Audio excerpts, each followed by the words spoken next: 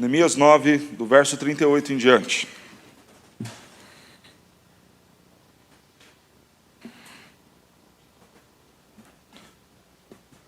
Nos diz assim a palavra do Senhor. Por causa de tudo isso, estabelecemos aliança fiel e o escrevemos, e selaram os nossos príncipes, os nossos levitas e os nossos sacerdotes. Os que selaram foram Neemias, o governador, filho de Acalias, e Zedequias, Seraías, Azarias, Jeremias, Pazur, Amarias, Malquias, Ratus, Sebanias, Maluque, Harim, Meremote, Obadias, Daniel, Ginitom, Baruque, Mesulão, Abias, Miamim, Maazias, Bilgai, Semaías. Estes eram os sacerdotes. E os levitas, Jesua, filho de Azanias, Binuí, dos filhos de Hanadade, Cadmiel, e os irmãos deles, Sebanias, Rodias, Quelita, Pelaías, Hanã, Micá, Reobe, Hassabias, Zacur, Serebias, Sabanias, Rodias, Bani, Baninu, os chefes do povo, Parós, Paat Moabe, Elão, Zatu, Bani, Buni, Asgade, Bebai, Adonias, Bigvai, Adim, Ater, Ezequias, Azur, Rodias, Hassum, Bezai, Harife, Anote, Nebai, Megpias, Mesulão, Rezir, Mesesabel, Zadok, Jadua, Pelatias, Hanã, Anaías, Oséias, Hananias, Hassub, Haloés, Pilhas, Sodbeque, Reum, Hassabná, Maacéias, Aías, Hanã, Anã, Maluque, Harim e Baaná. O resto do povo, os sacerdotes, os levitas, os porteiros, os cantores, os servidores do templo, e todos os que tinham separado dos povos de outras terras para a lei de Deus, suas mulheres, seus filhos e suas filhas, todos os que tinham saber e entendimento, firmemente aderiram a seus irmãos, seus nobres, convieram numa imprecação e num juramento de que andariam na lei de Deus, e que foi dada por intermédio de Moisés, servo de Deus, de que guardariam e cumpririam todos os mandamentos do Senhor nosso Deus, e os seus juízos e os seus estatutos, de que não dariam as suas filhas aos povos da terra, nem tomariam as filhas deles para os seus filhos, de que trazendo os povos da terra no dia de sábado, qualquer mercadoria e qualquer cereal para venderem, nada comprariam deles no sábado, nem no dia santificado. E de que no ano 7º abririam mão da colheita e de toda e qualquer cobrança.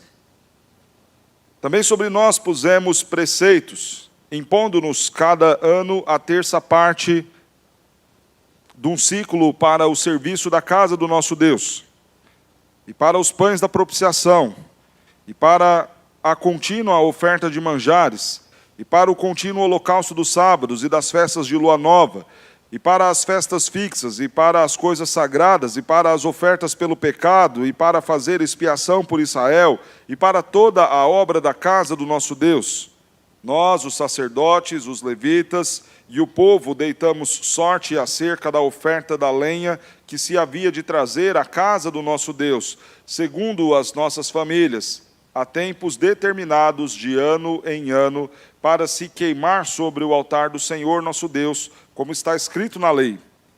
E que também traríamos as primícias da nossa terra, e todas as primícias de todas as árvores frutíferas de ano em ano, à casa do Senhor. Os primogênitos dos nossos filhos e do nosso gado, como está escrito na lei. E que os primogênitos das nossas manadas, das nossas ovelhas, traríamos à casa do nosso Deus, aos sacerdotes que ministram nela. As primícias da nossa massa, as nossas ofertas, o fruto de toda a árvore, o vinho e o azeite, traríamos aos sacerdotes, as câmaras da casa do nosso Deus, os dízimos da nossa terra aos levitas, pois a eles cumpre receber os dízimos em todas as cidades onde há lavoura.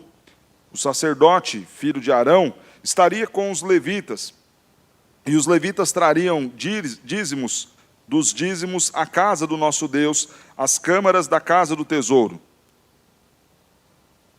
Porque aquelas câmaras, os filhos de Israel e os filhos de Levi devem trazer ofertas do cereal, do vinho e do azeite, porquanto se acham ali os vasos do santuário, como também os sacerdotes que ministram, e os porteiros, e os cantores, e assim não desampararíamos a casa do nosso Deus.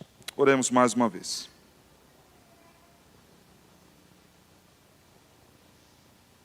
Senhor, nós lemos a Tua palavra. Precisamos entender aquilo que o Senhor deseja ensinar aos nossos corações. Fale conosco, ó Deus. Ajude-nos, Senhor. Abençoe-nos em todos os sentidos para que tudo coopere para lermos, entendermos e aplicarmos a palavra do Senhor às nossas vidas. Em nome de Jesus nós oramos e pedimos. Amém.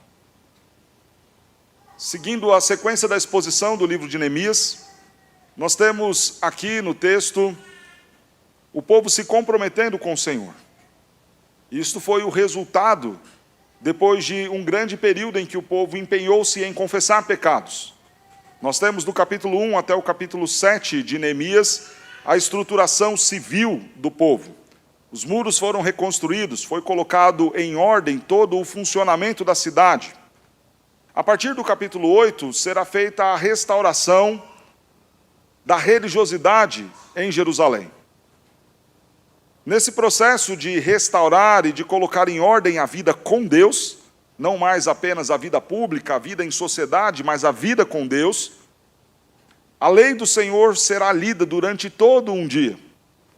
As pessoas atentas ouvirão, estudarão, tomarão explicações em relação àquilo que diz a Escritura. Um grande avivamento começa no início do 7º mês. Este avivamento vai avançar os dias. Agora, no momento e no ponto em que estamos, 24 dias já se passaram e a atitude do povo é a mesma. Eles estão reunidos, ouvindo a palavra do Senhor, estão reunidos, desejosos por saber mais e mais daquilo que o Senhor tem para eles, desejosos em cumprir e observar a lei do Senhor. Algo em especial está acontecendo neste dia, e nós começamos a ver na semana passada. O povo, depois de ler, orar, jejuar, reconheceram seus erros, os seus pecados, foram expostos à condição de que algo errado havia com eles. Porque de fato é assim. Não existe avivamento que não produza corações quebrantados. Não existe avivamento que não nos leve a tratar o nosso pecado. Não existe avivamento que não nos conduza a uma vida de santidade. Todo avivamento verdadeiro produzirá mudanças reais. E aqui nós temos prova e evidência disso. Não foi apenas uma reunião e um ajuntamento onde o povo confessou os pecados. Não era apenas falar que nós erramos, não era apenas dizer a carne é fraca, mas era efetivamente desejar a mudança e se comprometer no papel de que eles iriam mudar. E isso aponta para um verdadeiro arrependimento e não um remorso. O reconhecimento da culpa, a confissão do pecado, o pedido de perdão, mas principalmente um desejo sincero por mudança. Nós falaremos nesta noite sobre a importância de nos comprometermos com Deus. E é hora de nos comprometer. É tempo de fazermos compromisso sério com o Senhor, de levarmos com seriedade a nossa vida com Deus. E para a nossa introdução, eu quero que nós pensemos em 2 tipos de compromisso e respondamos em nossos corações qual deles nós temos usado para pautar os compromissos que temos com o Senhor.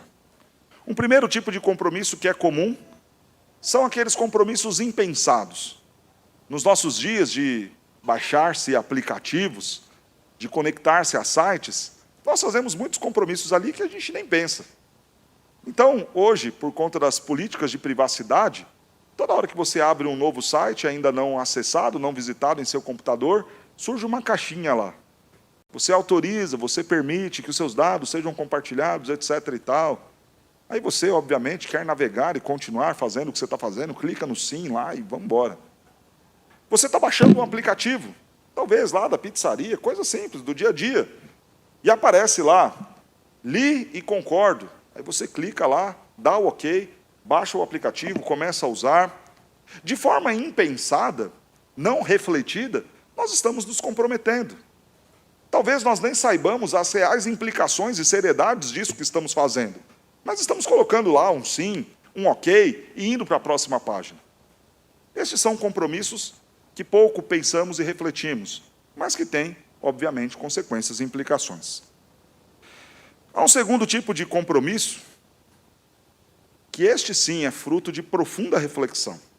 São aqueles que com calma nós paramos, ouvimos, observamos e depois nos comprometemos. Quando, por exemplo, nós vamos comprar algo com um valor substancial, você vai, pesquisa, lê, imagine a compra de um imóvel, 200, 300 mil, ou talvez até mais. Então você quer ter certeza de que aquele contrato condiz com a verdade, de que os seus direitos estão ali amplamente garantidos, de que não haverá novidade depois no caminhar dos pagamentos. Então você lê, chama talvez um advogado e fala, dá uma revisada aí. Você conversa com o esposo, com a esposa, conversa com pessoas mais experientes. E aí, o que você acha? E então se compromete. Este é um compromisso muito mais sério, fruto de uma profunda reflexão. Há um outro compromisso muito interessante e extremamente sério que nós fazemos. O compromisso do nosso casamento. A gente pensa, será que é ele? Será que é ela? Consideramos todas as variáveis possíveis. Consideramos se de fato aquela é a melhor decisão. E então, vamos um dia, diante dos nossos irmãos, amigos, diante de Deus, e falamos, sim, eu me comprometo com ele, eu me comprometo com ela, para ser fiel, para amar, até que a morte nos separe. Falamos de dois tipos de compromisso. Um, daqueles corriqueiros, que fazemos quase que da boca para fora, que clicamos sem pensar, e o outro fruto de profunda reflexão. Como você vê os seus compromissos com o Senhor? Aquilo que você fala para o Senhor, é fruto de profunda reflexão? Ou é apenas algo que rapidamente você clica, falou, disse e passa e não considera as responsabilidades que há neste voto ou nestas palavras? Nós acabamos de cantar, te louvarei, não importam as circunstâncias. E aí? Você falou essas palavras tal qual você clica no li, concordo e avança para a próxima página, ou de fato houve reflexão ao ponto de você até temer cantar essa frase pensando, Senhor, eu acho que é melhor hoje eu não cantar, porque eu não estou tão certo de que eu de fato te louvarei, independente das circunstâncias. Não estou dizendo que há qualquer erro na música, claro que não, senão nem mesmo ela estaria na liturgia da nossa igreja. Eu estou perguntando se você pensou antes de dizer e cantar, antes de falar que você louvaria, adoraria ao Senhor, independente das circunstâncias. Nós precisamos levar a sério os nossos compromissos com Deus. E é justamente desta seriedade destes compromissos e da necessidade de se comprometer que nós falaremos nesta noite. Eu quero dividir a nossa exposição em dois momentos. O primeiro falando sobre as características do compromisso. E o segundo momento, falando sobre o conteúdo do compromisso. O verso 38 do capítulo 9 nos diz, por causa de tudo isso. A primeira característica deste compromisso que o povo fará é que este é um compromisso necessário. Por causa de tudo isso, Senhor, nós vamos nos comprometer. Mas por causa de tudo isso o quê, pastor? Tudo isso que foi descrito no capítulo 9, do verso 1 até o verso 37, que nós expusemos na semana passada. E a gente vê essa ideia resumidamente no verso 33 do capítulo 9. Porque tu és justo em tudo quanto tem vindo sobre nós, pois tu fielmente procedeste e nós perversamente. A oração que nós vimos na semana passada, basicamente ela tem um grande bloco onde o povo se divide orando e clamando a Deus, onde eles vão, primeiramente, adorar ao Senhor e depois reconhecer a culpa deles. A ideia resumida exatamente no verso 33. Tu, Senhor, é justo, o Senhor é fiel, o Senhor procede de forma correta, porque nós pecamos, porque nós erramos. O Senhor, então, procede com fidelidade, e nós de maneira perversa. E é exatamente por causa disso, que agora no verso 38 o povo vai se comprometer. É justamente porque Deus é justo, é fiel e cumpre as suas promessas que o povo vai se comprometer. É um compromisso com alguém que vai cumprir, e vale a pena se comprometer assim. Vale a pena você entrar em compromisso e falar: sim, Senhor, eu te louvarei independente das circunstâncias, porque aquele que prometeu é fiel, e ele diz em sua palavra que absolutamente todas as coisas cooperam para o nosso bem. Então a gente pode cantar e se comprometer: Senhor, eu quero de fato te louvar independente das circunstâncias, porque na tua palavra o Senhor afirma que todas as coisas estão cooperando para o meu bem. E uma vez que eu tenho certeza que o Senhor é fiel, que o Senhor é justo, que o Senhor procede com fidelidade, e ao longo de toda a história nós temos visto o Senhor fazendo assim, eu me comprometo então a te louvar, independente da circunstância. É um compromisso necessário, porque o nosso Deus é fiel. É um compromisso necessário também, por conta da perversidade do nosso coração. Nós procedemos mal. Erramos. Em alguma medida, ter a coisa registrada no papel é extremamente necessário para nós, dadas as muitas vezes em que nós vamos falhar em nossos compromissos. Não à toa os contratos estão aí, porque se fosse só pela palavra, nós falharíamos. Fosse com a intenção ou sem ela. Em alguns momentos, falando com alguém, a gente se compromete e depois esquece.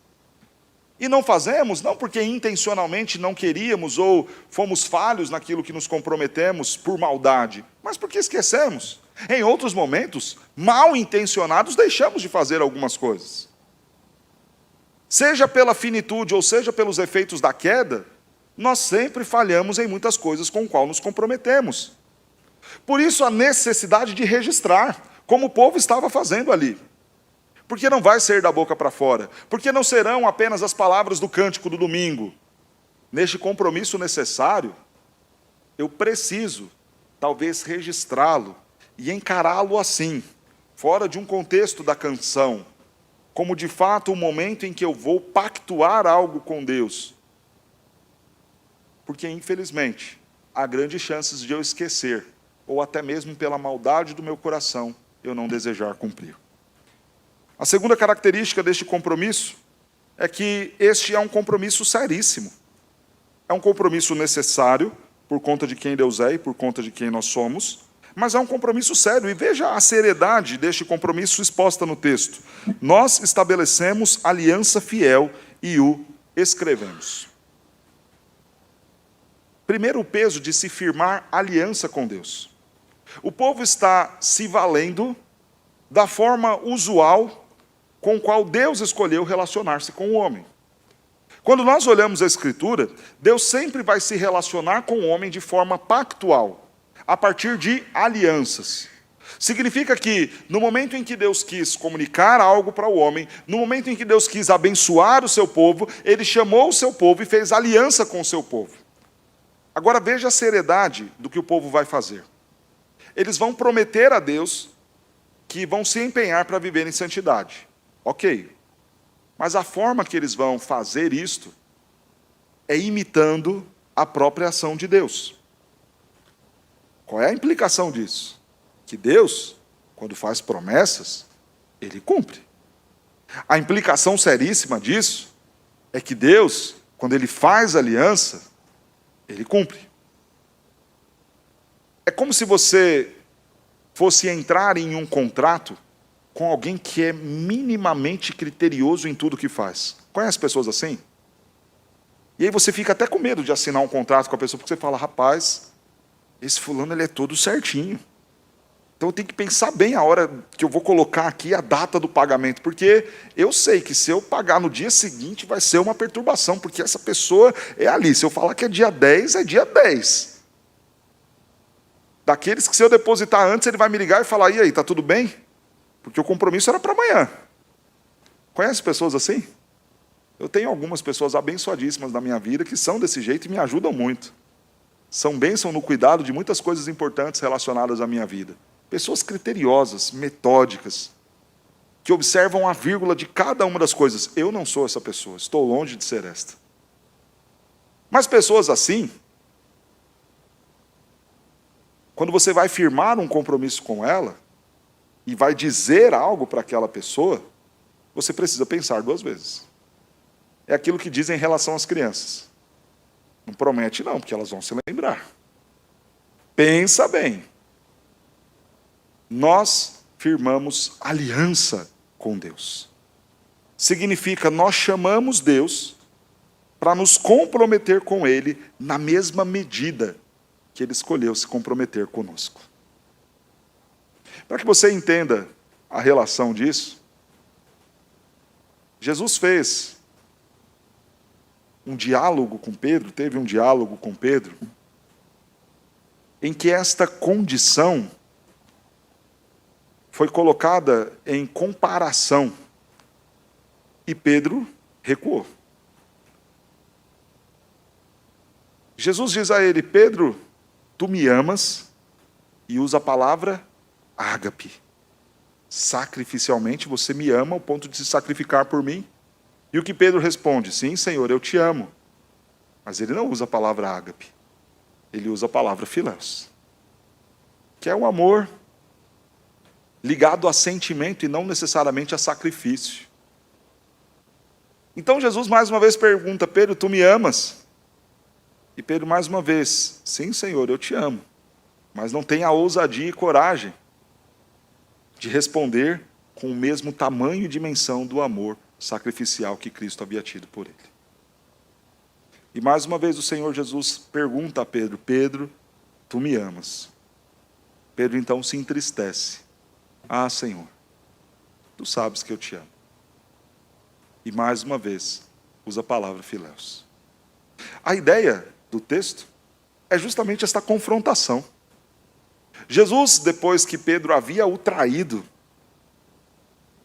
Jesus, depois de ter ido para a cruz, ressuscitado ao 3º dia, se encontra com Pedro e vai confrontar Pedro em qual era o tamanho do amor dele. E Pedro, diferentemente do povo aqui, não vai ter coragem de se colocar em pé de igualdade no compromisso que o Senhor teve com ele. Jesus tinha acabado de se sacrificar pelos seus. Então Jesus pergunta: você me ama ao ponto de se sacrificar por mim?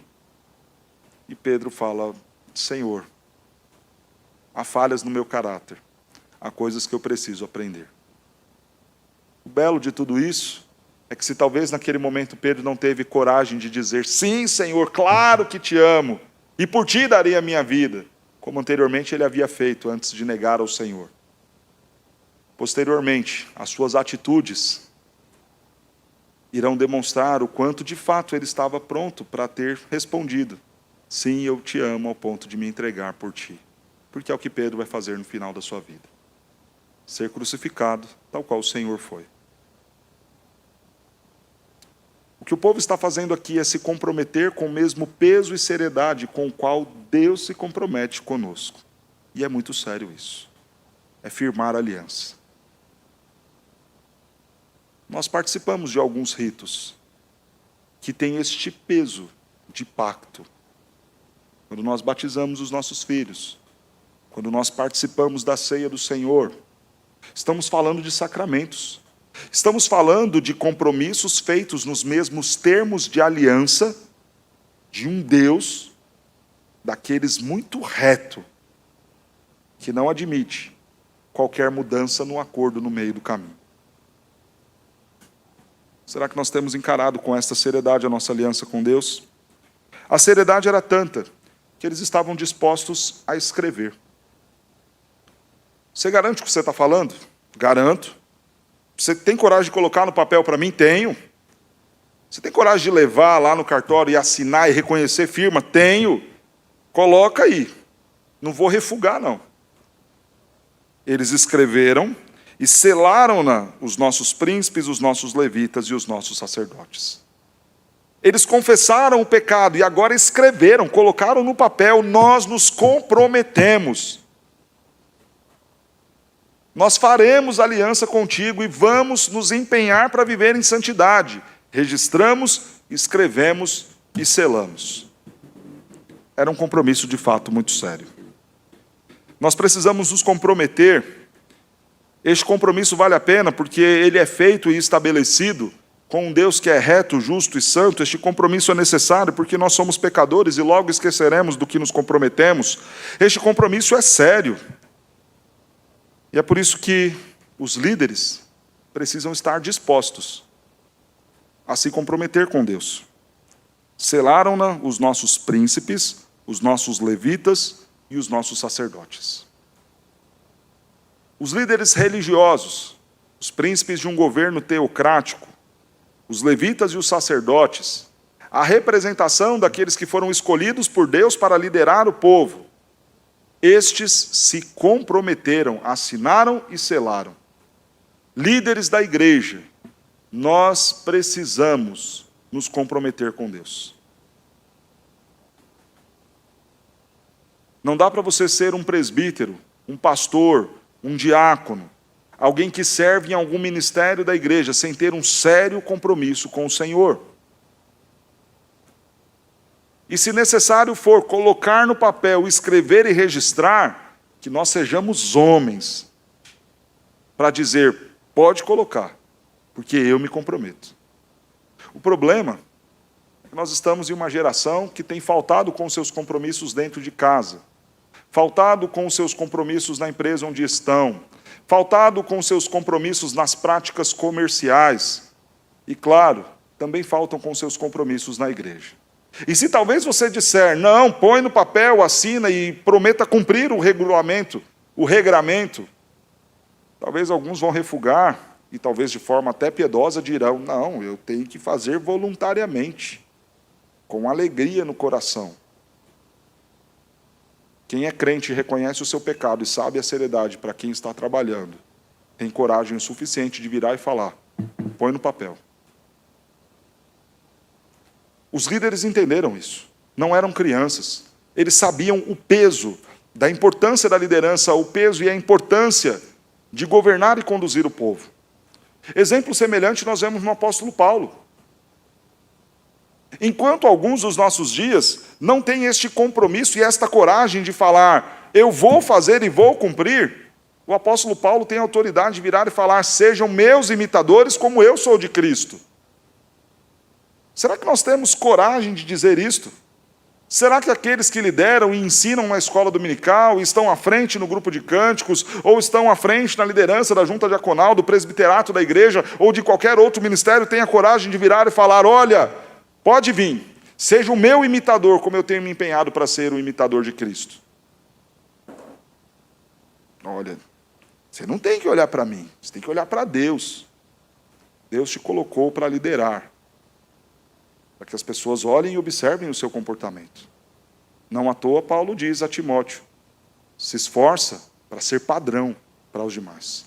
Não à toa o próprio Paulo, como eu acabei de dizer, disse, podem olhar para mim e serem meus imitadores, porque eu estou sendo de Cristo. Isso significa que Paulo era arrogante e que fazia tudo certo? Não. Quando ele escreve aos Filipenses, ele fala, olha, não que eu julgo tê-lo alcançado, mas estou me esforçando. Estou correndo atrás. Não cheguei nessa perfeição. Olhem para o pastor Jonatas. Não porque eu tenha alcançado a graça de ser igual a Cristo, estou longe disso, mas porque eu tenho me empenhado para viver assim. E desafio toda a liderança da igreja a ter este compromisso com Deus. E desafio você pai, você mãe, a não se valer daquela regra. Faça o que eu falo, mas não faça o que eu faço. Pense diferente na sua casa. Filho, vem, pode olhar para o papai e para a mamãe e segue o nosso exemplo. Porque ainda que a gente não acerte o tempo todo, ainda que nós não vivamos e não cheguemos à perfeição, a gente está se empenhando para isso. E quando errarmos, vamos ter a hombridade de chegar e falar, erramos, perdão, tem misericórdia de nós, Senhor. Tal qual os nossos membros precisam fazer quando errarem, tal qual os nossos filhos precisam fazer quando errarem. A liderança sadia e a liderança corajosa, fiel, é aquela que tem a coragem de se comprometer. Qual é o efeito quando esta liderança se compromete? Verso 28 do capítulo 10. O resto do povo, os sacerdotes, os levitas, os porteiros, os cantores, os servidores do templo, de todos os que tinham separado dos povos de outras terras para a lei de Deus, suas mulheres, seus filhos e suas filhas, todos os que tinham saber e entendimento, todos eles firmemente aderiram a seus irmãos. Aquela lista grande do verso 1 até o verso de número 27, que mostra o nome de todos os líderes dos sacerdotes, os líderes também dos levitas e a figura do próprio Neemias como o príncipe, o governador, todos eles motivaram o resto de todo o povo a irem e se comprometerem com o Senhor. Quando a liderança é comprometida, a igreja se compromete. Quando os pais são comprometidos, os seus filhos também são. Não pense que você vai ser alguém sem nenhum interesse nas coisas de Deus e que o seu filho vai ser muito mais do que o que você é. Se você quer que o seu filho seja um grande homem, uma grande mulher de Deus, de oração, poderosamente usado pelo Senhor, comece você sendo. Porque o exemplo da sua liderança motivará o seu filho, a sua filha e os que estão ao seu redor a serem aquilo que você é, para o bem e para o mal. É um compromisso necessário, é um compromisso muito sério, é um compromisso firmado pelos líderes. Quarta característica, é um compromisso firmado pelo povo. Todo o povo se comprometeu. E a semelhança do exemplo dos líderes que motivou o povo, o exemplo do povo motiva agora a liderança civil. Veja o verso de número 29. Firmemente aderiram a seus irmãos, seus nobres, numa imprecação e num juramento de que adeririam à lei do Senhor, de que andariam na lei do Senhor. Olha que interessante. O exemplo da liderança religiosa motivou o povo. E o exemplo do povo motivou os líderes civis.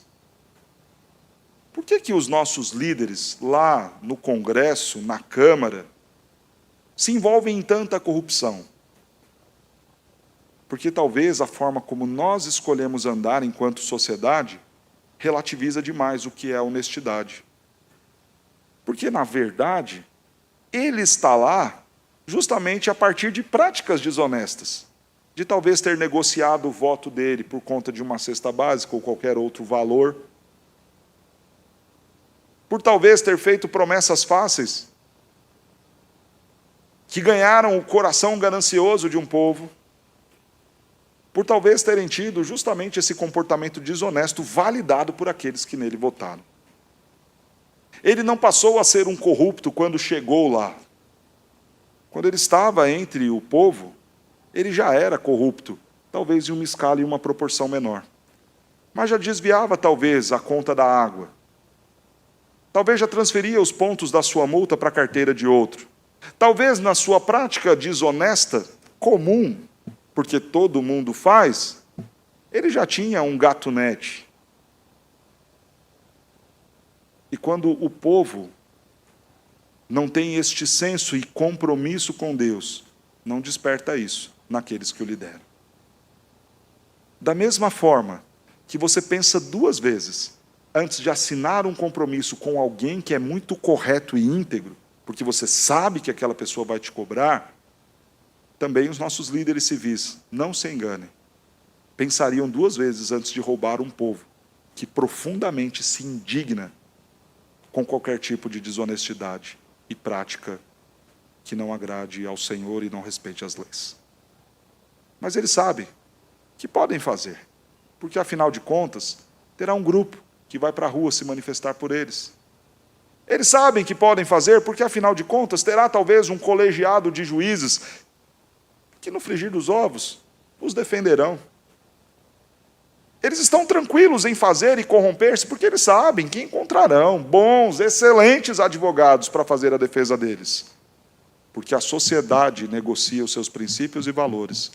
Os seus líderes também não ficam nem um pouco constrangidos em fazer o mesmo. Não é só o erro deles, é o erro nosso. No dia que todos os advogados negarem-se a defender bandido corrupto, pode ter certeza que eles vão pensar duas vezes antes de praticar o mal. Mas enquanto isso for aceitável na sociedade, isso vai se perpetuar. Os nobres convieram, numa imprecação e num juramento, disseram: nós vamos andar na lei de Deus. O exemplo dos líderes motiva o povo. O exemplo do povo motiva a liderança civil. A última característica deste compromisso é que este é um compromisso baseado na Escritura. E o verso 29 nos diz, na sua sequência, eles prometeram que andariam na lei de Deus, que foi dada por intermédio de Moisés, servo de Deus, de que guardariam e cumpririam todos os mandamentos do Senhor nosso Deus, e os seus juízos e os seus estatutos. Aonde eles iriam pautar a lei? Aonde eles iriam pautar o compromisso? Na lei do Senhor, na palavra do Senhor. As suas regras, os seus regulamentos, aquilo que agora eles escreveriam e tomariam como sendo a conduta deles, estaria pautado aonde? Na Escritura. Não é simplesmente se comprometer com Deus, mas se comprometer da maneira correta, de acordo com a Escritura. Há um problema que vai acontecer com os descendentes deste povo aqui. Este movimento de avivamento é belíssimo, é encantador. Imaginemos ser nós um daqueles que iriam compor esta lista de nomes estranhos. Mas imagine que o seu nome estivesse aí nessa lista, nesse momento glorioso do povo de Deus, de avivamento. Que bênção. O problema é que, obviamente, essas pessoas morreram. Vieram seus descendentes. Este grupo estava preocupado em fazer o que era certo, em observar a lei. E foi deste movimento que anos depois, mais de 300 anos depois, um outro grupo surgiu nos dias de Cristo Jesus. Os fariseus são frutos deste início de zelo pela pureza, em observar a lei do Senhor. Um movimento que começou do jeito certo, com a Escritura, se comprometendo e criando um duro regramento para observar a lei de Deus. Eles morreram e vieram outros, e estes outros continuaram a criar regras e formas de viver, muito mais baseada em sua própria moral, em seus próprios conceitos daquilo que era certo ou errado, e criaram um regramento religioso que nada tinha a ver com a palavra do Senhor. Mais adiante, você vai ter um grupo de legalistas. Mais adiante, nos fariseus, você vai ter um grupo que criou leis e regras que, no primeiro momento da sua origem, era pautado na Escritura e preocupado em glorificar a Deus, mas que, com o passar dos anos, virou apenas um conjunto de regras morais, de usos e costumes. Apenas para ilustrar isso que eu estou te dizendo. Certa feita, eu presenciei a discussão de um pastor em relação a poder ou não ter bateria na igreja. E o pastor defendia que não podia se ter bateria na igreja de jeito nenhum. Num tom de que aquilo seria mais puro, mais correto, mais fiel. Então não pode se ter bateria, isso é pecado. É errado ter. Deus não se agrada. Assim falava o pastor. Aí um presbítero se levantou e disse o seguinte, leu na Escritura: louvai ao Senhor com os tamborins, louvai ao Senhor com símbolos sonoros, louvai ao Senhor com símbolos retumbantes. E ele falou: pastor, a Escritura está dizendo que estes são instrumentos válidos para se louvar a Deus. O Senhor pode até dizer que não gosta, que talvez a maioria da igreja não goste, ache barulhento, que incomoda, que os vizinhos não gostam. E ok, talvez nós estejamos plenamente dispostos a falar: ok, vamos tirar a bateria. Porque há um outro princípio na Escritura de amar os nossos irmãos. Se aquilo incomoda, se aquilo não serve à comunidade, se aquilo é ofensivo para alguns, ok, não há nenhum problema em nós amarmos os nossos irmãos ao ponto de renunciarmos talvez à bateria. Mas daí a dizer que é pecado, é completamente diferente. Você pode dizer que talvez este seja o jeito que você entendeu ser melhor fazer ou viver as coisas. Daí a dizer que será pecado fazer diferente, sem que a Bíblia diga isso. Nós não podemos. Vamos nos comprometer com Deus? Claro que vamos. Há regramentos que precisamos obedecer e observar, e sermos corajosos, e sermos de fato pessoas de palavra, que vão olhar para os ditames da sua denominação, do seu grupo, da sua empresa, do seu condomínio e falar: sim, eu me comprometo com isso. Mas estejamos, acima de tudo, cativos e submissos à Escritura. Nós vimos aqui as características deste compromisso. E agora eu quero falar do conteúdo deste compromisso. Afinal de contas, o que eles estavam a escrever? Com o que eles estavam se comprometendo?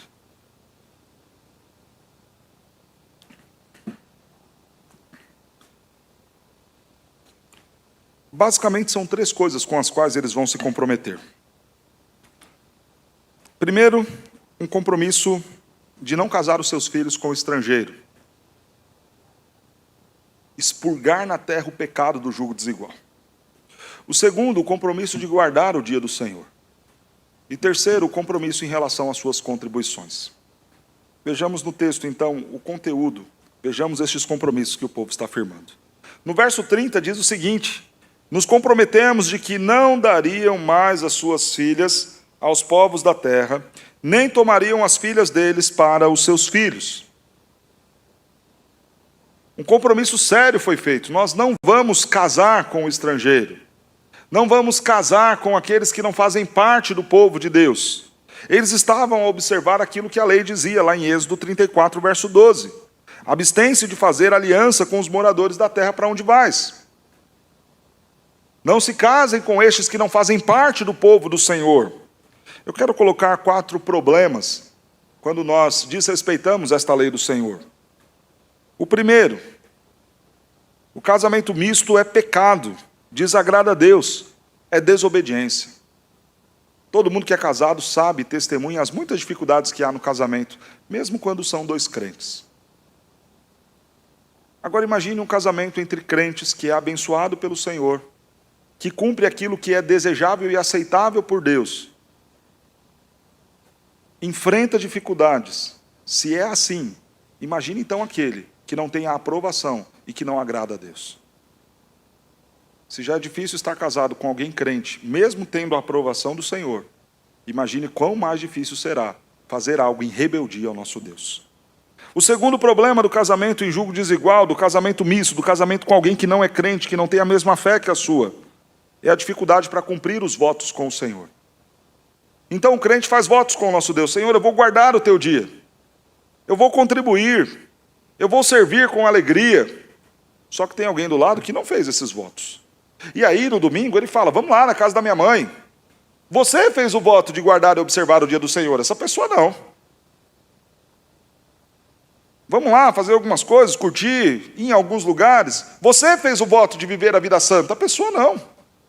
Se já é difícil nós lutarmos para vencer o pecado com alguém que também é crente ao nosso lado, quanto mais difícil será lutar contra o pecado com alguém que não tem a mesma fé que a sua. Dificuldades no relacionamento.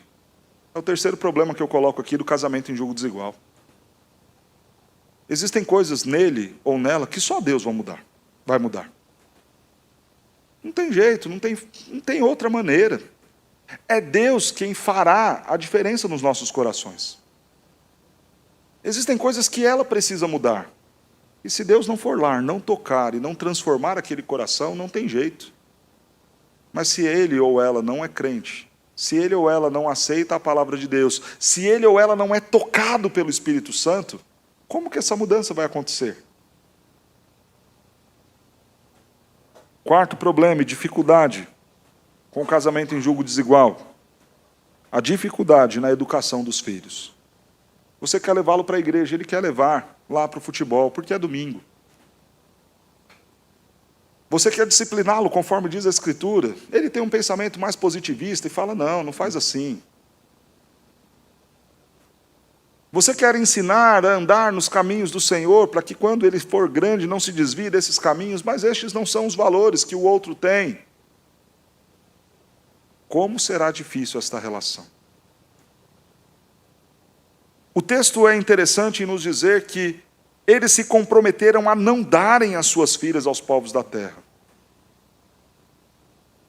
Pais que estão aqui, não entreguem os seus filhos às pessoas que não têm a mesma fé em Cristo Jesus que eles têm. Se o seu filho não é crente, ok, vai. Aí você faz o caminho contrário, não deixa ele casar com alguém que é crente, não. Olha bem no olho dele e fala, você não vai acabar com a vida dos outros, não. Agora, se ele é crente, não deixa ele casar com alguém que não seja crente. Faz o que for. Chegou a moça lá na sua casa, ela não é crente, o seu filho é crente, é servo de Deus, se ela pedir água gelada, ferve uma água e fala, tem essa daqui, pode tomar essa. Ah, mas está quente, sogra, então deixa esfriando, daqui umas 5 horas você toma. Mas não faz vida fácil para a pessoa, não. Perturba. Um grande erro dos pais é não pegarem nos pés dos seus filhos em relação ao relacionamento. Aí depois que casa, quer pegar, e quer falar, e quer se intrometer. É na hora que eles estão namorando que você tem que falar, e insistir, perturbar. É na hora que eles estão lá, namorando, que você tem que ficar no pé falando, olha, presta atenção, ela não é tudo isso, ele não é tudo isso. Porque depois que casa, aí o seu papel tem que ser outro, seu papel tem que ser aquele que vai lutar para que eles fiquem juntos. Seu papel vai ser aquele que vai ajudar, que vai falar, filho, calma, não é assim. É a sua esposa, é o seu esposo. Suporta mais um pouco. Mas antes de casar, você tem que ser a pessoa que vai abrir o olho dele ou dela. Porque ele ou ela estão muito apaixonados. Não enxergam a besteira que estão fazendo. Você é aquele que não vai dar carona para ele ou para ela. Vai virar e falar, olha, não vou não, vai a pé. Mas por que você é tão ruim comigo assim, sogro ou sogra? É porque você não é crente, só por isso. Porque não é isso que Deus quer para a vida do meu filho. E o que eu faço? Aí você se converte primeiro, depois você volta. E aí eu vou te tratar como a filha de Deus. Porque, de fato, é o que você passará a ser. Aqueles homens estavam se comprometendo. Nós não vamos entregar os nossos filhos e as nossas filhas para desonrarem a lei de Deus. Aos jovens que estão aqui, não desejem estar do lado de alguém que não ame o seu Deus. Procure pessoas que amem primeiramente a Deus, mais do que estão dispostos a amar você. Porque a chance dele ou dela serem uma grande bênção na sua vida será maior. Questione-se também de mais uma coisa. O que me atrai em alguém que não tem a beleza de Cristo em seu comportamento? Por que eu me sinto atraído por alguém que não tem os meus princípios, que não tem os meus valores, que não tem a minha fé, que não ama o meu Deus? Por que eu me atraio a isso? Se você está desejando coisa ruim, é porque talvez o seu padrão está muito, mas muito lá embaixo. Talvez você tenha até que se questionar. Será que de fato eu sou crente? Porque luz vai desejar estar entre a luz. E se não há mal nenhum em você estar nas trevas e conviver com as trevas, é porque talvez você seja treva, tal qual a treva é aquele ou aquela. Eles se comprometeram, em segundo lugar, a guardar o dia do Senhor. E a sequência agora, no verso 31, nos diz, prometeu-se de que, trazendo os povos da terra no dia de sábado, qualquer mercadoria e qualquer cereal para venderem, nada comprariam deles no sábado, nem no dia santificado. Este é um cumprimento naquilo que está na lei, no 4º mandamento, em Êxodo 20, verso 8 a 10. Lembra-te do dia de sábado, 6 dias farás a sua obra, e no 7º dia este será o dia do Senhor. Alguns entendimentos importantes que precisamos fazer sobre o sábado. Considerações importantes aqui. Pastor, hoje é domingo, não é sábado. Por que a gente está aguardando o domingo e não o sábado? Primeiramente, se você for se apegar ao dia de calendário, você vai correr um grande risco e vai errar grandemente. A lei não está falando de um dia da semana, a lei está falando de um serviço a se fazer em um dia da semana. É só você ler o texto, 6 dias farás a tua obra. E no 7º, este será o dia do Senhor.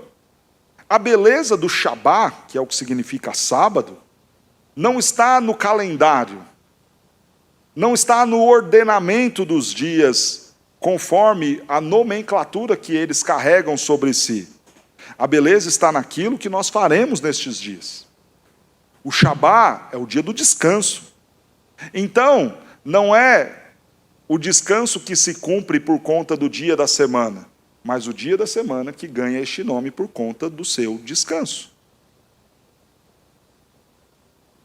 Pastor, eu estou achando isso meio estranho, eu sou sabatista, eu acredito que tem que ser o sábado mesmo, e eu vou guardar o sábado.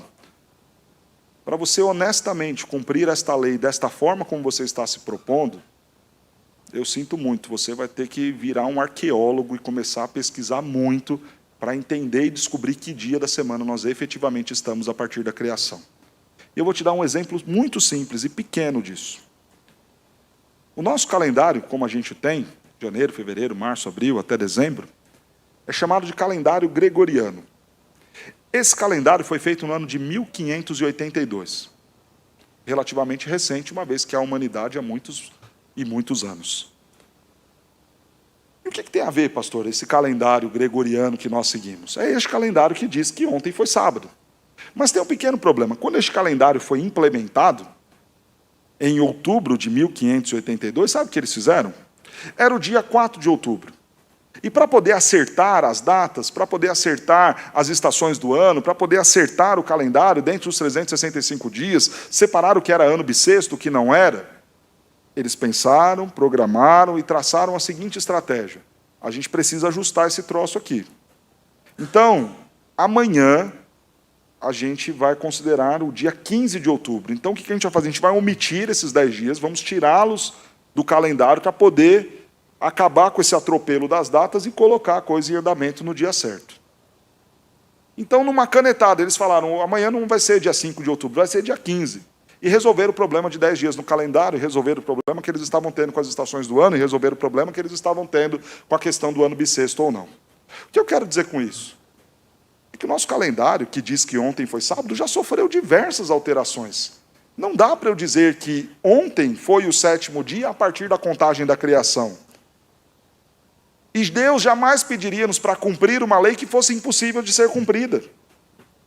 Quando Deus propõe esta lei de guardarmos o dia dele, é porque isso é possível. Sem um esforço arqueológico para descobrir que dia da semana de fato estamos. A pessoa que quer observar o dia como sendo o dia da semana e apontado no calendário, está cometendo um grande erro de um legalismo, de um farisaísmo, atribuindo a um dia ou a um nome de dia na semana algo que deve ser observado em uma sequência de dias propostos na Escritura. A ênfase não está no calendário, a ênfase está naquilo que faremos no dia. Olha que interessante, que mês nós estamos? Setembro. 7. Era o mês 7. Mas, pastor, não, no nosso calendário é o mês 9. Sabe por que é o mês 9? Porque um dia um imperador, Júlio César, falou, eu quero ter um mês com o meu nome. E ele criou o mês de julho. Aí um outro imperador, não satisfeito, falou, eu quero que tenha o meu nome também. E o nome dele era Augusto.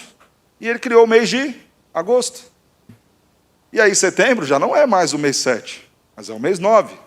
Outubro já não é mais o mês 8, é o mês 10. Novembro já não é mais o mês 9, é o mês 11.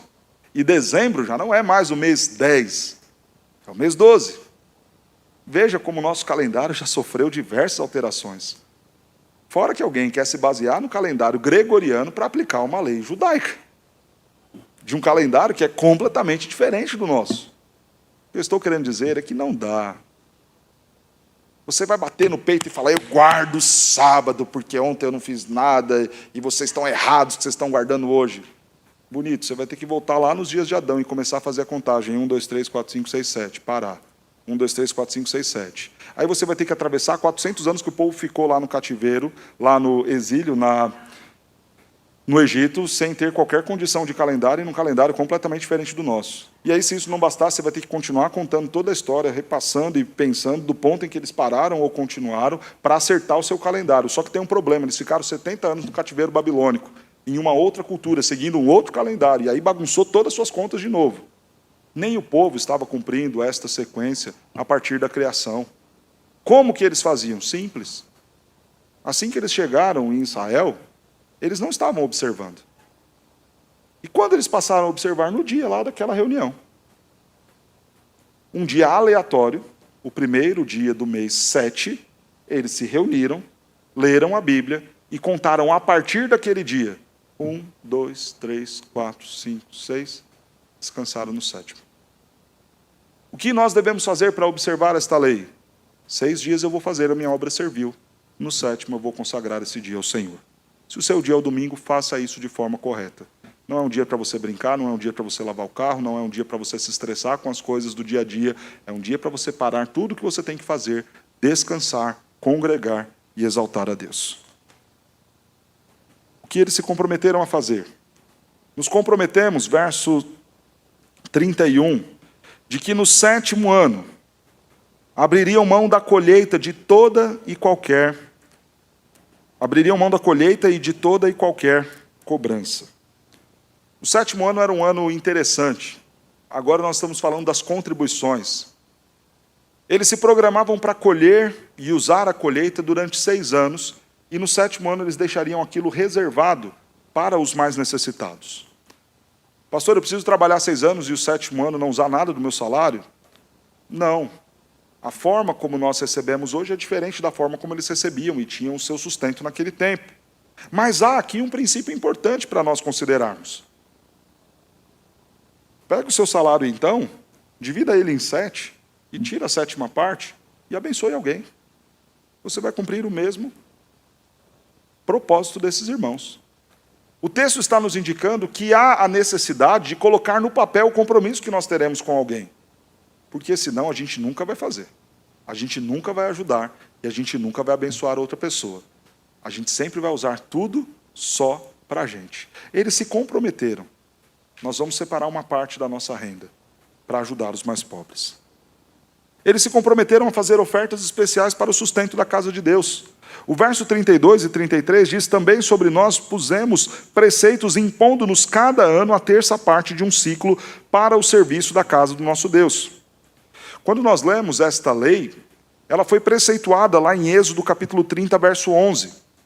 Essa lei dizia que todas as vezes que o povo fizessem a contagem, fizesse o seu censo, eles pegariam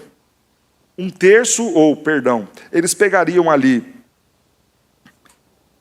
a terça parte de um ciclo do seu serviço, dos seus ganhos, e consagrariam ao Senhor. No entanto, a lei não dizia qual era o tempo em que eles deveriam fazer isso, mas eles entenderam que deveriam fazer aquilo anualmente, e colocam no papel.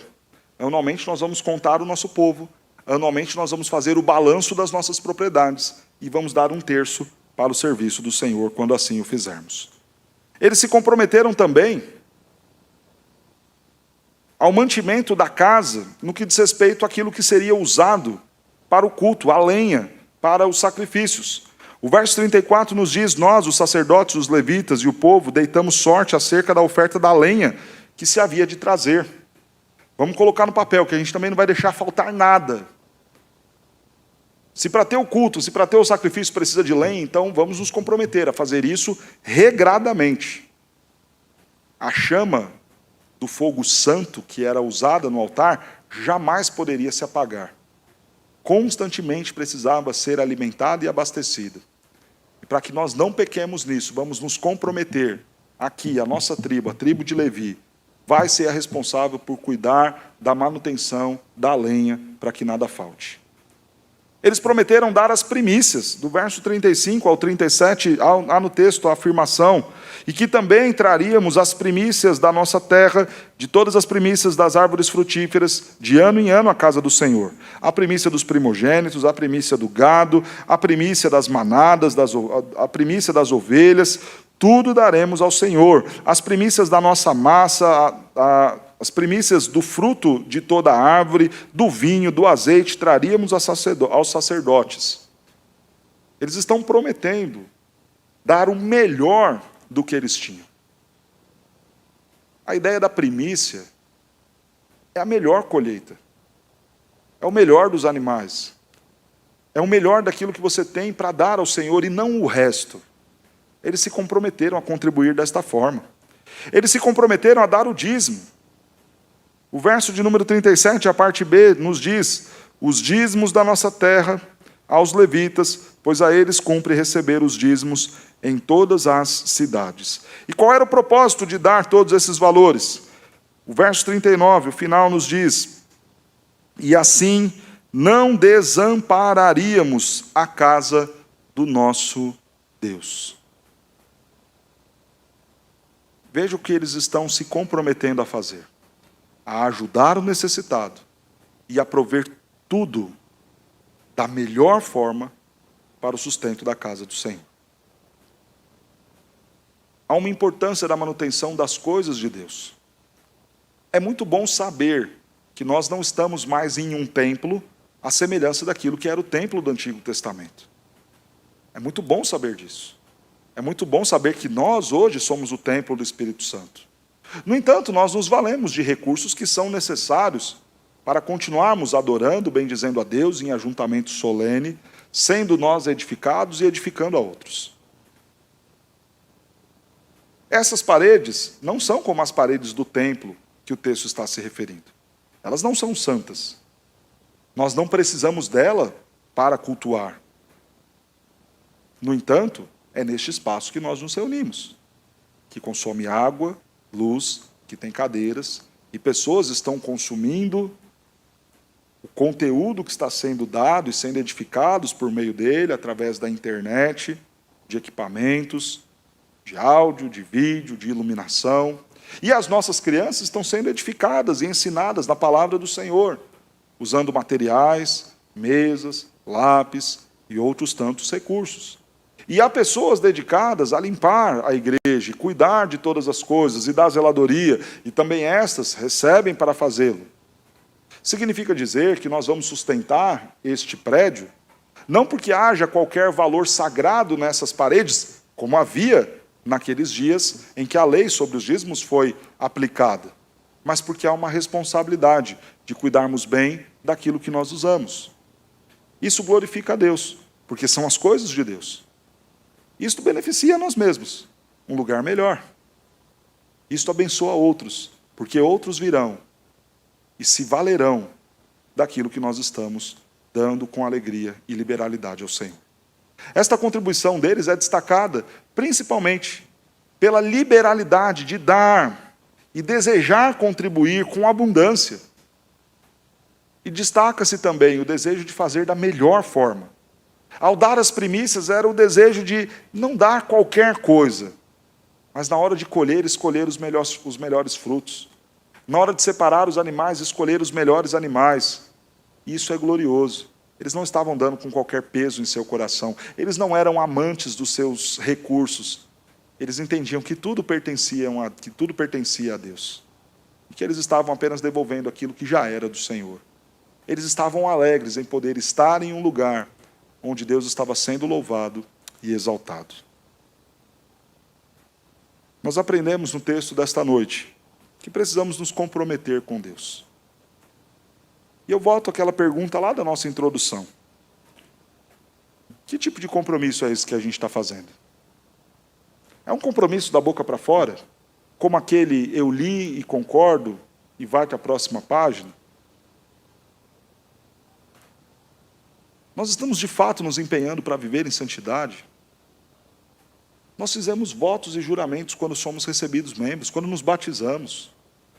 Eu prometo me empenhar para ser santo, para ser parecido com Cristo Jesus. Eu prometo sustentar esta igreja com os meus dízimos, com as minhas ofertas, com as minhas orações. E como nós estamos nos comprometendo com Deus? É da boca para fora, é de qualquer jeito, é de qualquer maneira? Ou é de fato dando, consagrando ao Senhor o nosso melhor? Que o nosso compromisso seja sincero. Que nós amemos o nosso Deus, que nós nos apeguemos à sua palavra e cumpramos aquilo que nela está escrito.